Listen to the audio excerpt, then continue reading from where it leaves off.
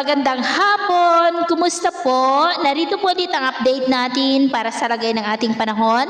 ngayong hapon po ng December 17, 2023 na kung saan sa ngayon ay patuloy pa rin po na malakas ang bugso ng hanging amihan at ito po ay umiihip sa malaking bahagi ng Luzon. Yung bagyo naman na ating binabantayan na si Bagyong Kabayan ay mas lumakas po at binigyan na ng international name na Jalawat na taglay ang lakas ng hangin na umaabot po hanggang sa 75 kilometers per hour. Sa ngayon ay nasa layo po ng 271 kilometer east of Bislig, Surigao del Sur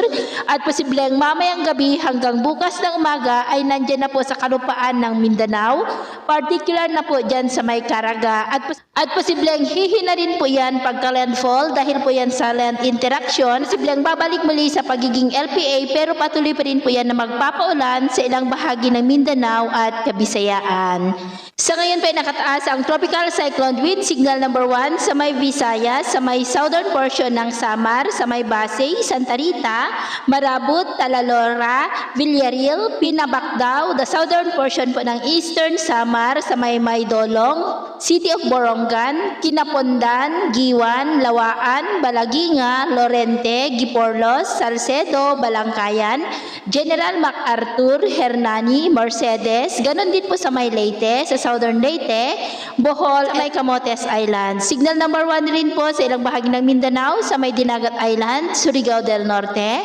Surigao del Sur, Agusan del Norte, Agusan del Sur,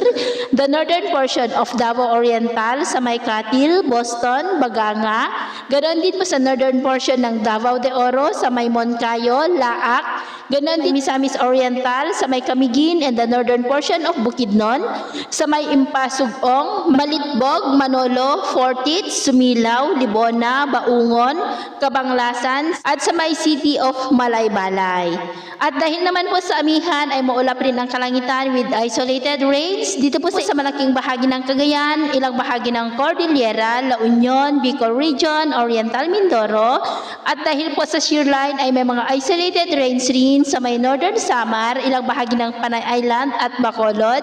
Kaya mag-ingat po tayo sa mga banta ng mga pagbaha at pagguho ng lupa, lalo na po sa mga lugar na apektado ngayon ng bagyong si Kabayan. At sa atin naman pong mga baybayin dahil sa amihan ay iwasan na muna natin ang papalaot sa lahat po ng klase ng sasakyang pandagat sa mga baybayin po ng Ilocos Norte, Cagayan, Batanes at Babuyan Islands dahil ang mga alon po ay posibleng aabot hanggang po sa 3 to 5 meters height. At iwasan rin po natin ang papalaot sa mga baybayin ng silangang bahagi ng ating bansa lalo na po sa mga maliliit na sasakyang pandagat dahil ang mga alon ay posibleng aabot hanggang po sa 2 to 3 meters height. Kaya iwasan muna natin ang papalaot dyan po sa mga may kulay pula para mas makaiwas sa mga sakunang pangkaragatan. So yun po na ang latest update natin sa araw na ito. Ako po muli si James na nagsasabing sa kahit na pagsubok po na darating sa ating buhay, huwag na huwag po tayong mawawalan ng pag-asa. Thank you and God bless!